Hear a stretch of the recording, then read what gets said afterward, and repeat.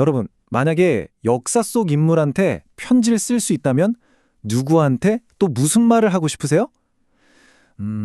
14세기 이탈리아에 프란체스코 페트라르카라는 학자가 있었는데요. 이 사람이 바로 그 일을 아주 진짜 특이한 방식으로 해냈습니다.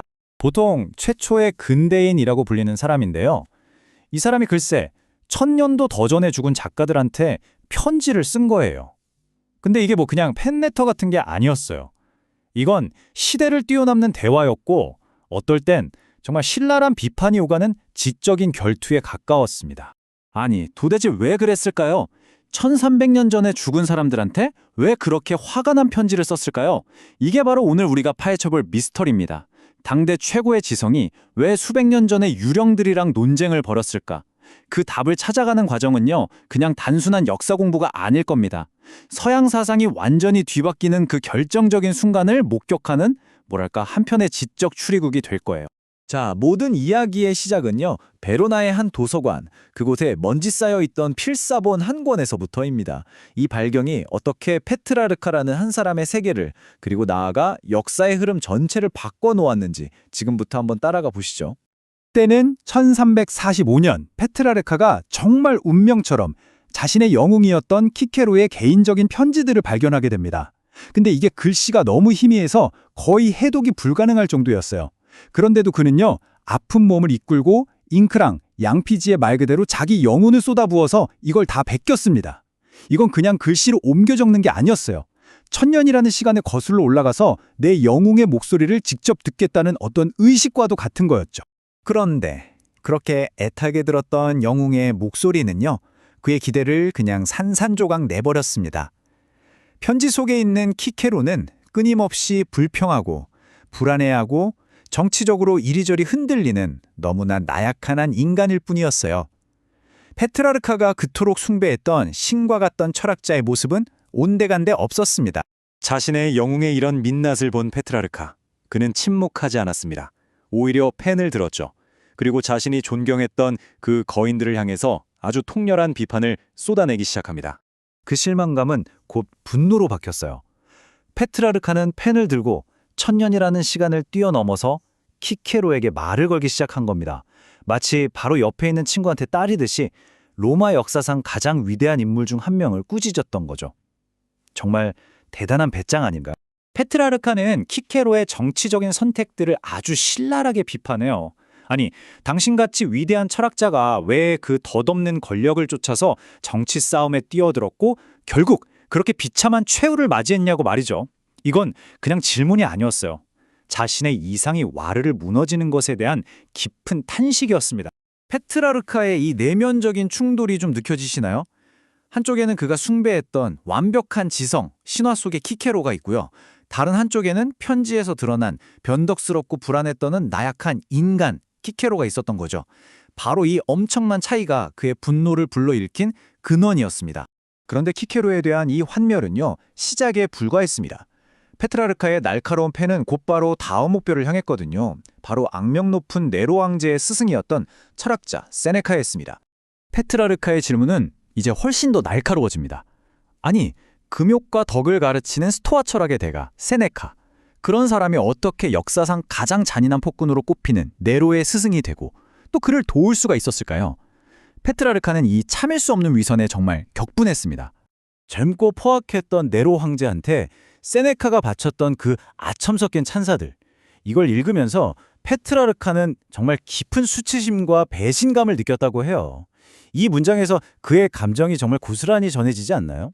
이건 그냥 비판이 아니라 존경했던 인물에 대한 뭐랄까 통렬한 애증의 표현이었던 거죠.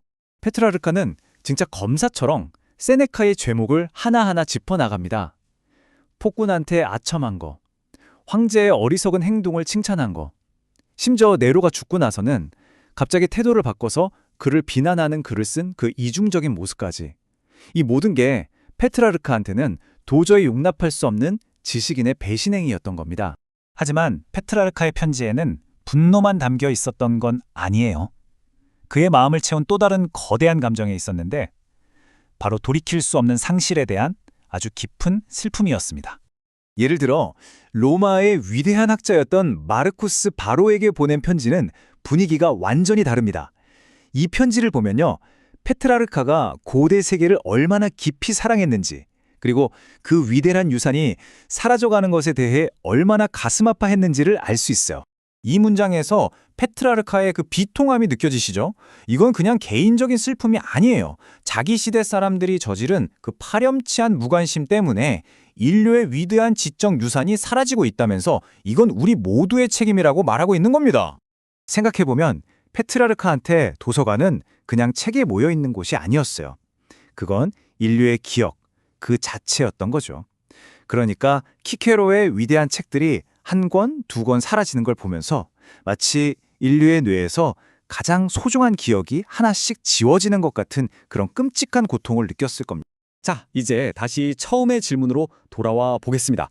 이렇게 분노하고 또 슬퍼하면서 페트라르카는 대체 왜 멈추지 않고 죽은 사람들과 대화를 계속했던 걸까요?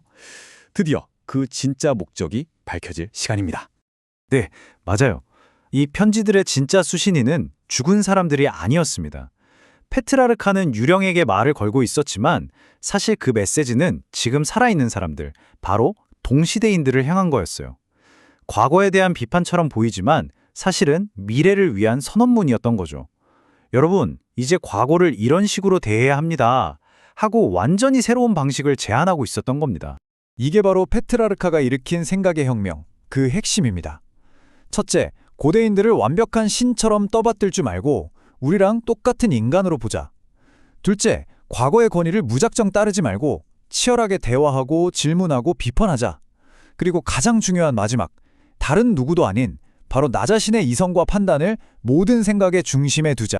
바로 이 생각이 우리가 아는 인문주의의 핵심 원칙과 정확히 일치합니다. 신이나 절대적인 권위, 전통보다는 인간, 그리고 인간의 이성과 비판적인 생각을 가장 중요하게 여긴 거죠. 바로 이 지점에서 그는 르네상스의 문을 활짝 연 선구자가 되었고요. 사람들이 그를 최초의 근대인이라고 부르는 이유가 바로 여기에 있습니다. 결론적으로 페트라르카의 이 기이해 보였던 편지 쓰기는요, 서양 사상 전체에 엄청난 영향을 미쳤습니다. 그는 과거의 유령들과 대화하는 그 행위 자체를 통해서 지금 살아있는 우리에게 지적으로 깨어있는 삶이란 바로 이런 것이다 라는 걸 온문으로 보여준 셈이죠. 자, 이제 여러분께 질문을 드리고 싶습니다. 만약 여러분이 과거의 인물에게 말을 걸 수 있다면 누구를 선택해서 어떤 말을 하고 싶으세요? 아마 저마다 다른 대답을 가지고 계시겠죠. 하지만 여러분의 대답이 무엇이든 바로 그 질문을 던지는 그 순간 여러분은 이미 페트라르카가 700년 전에 시작했던 그 위대한 지적 대화에 참여하고 있는 겁니다.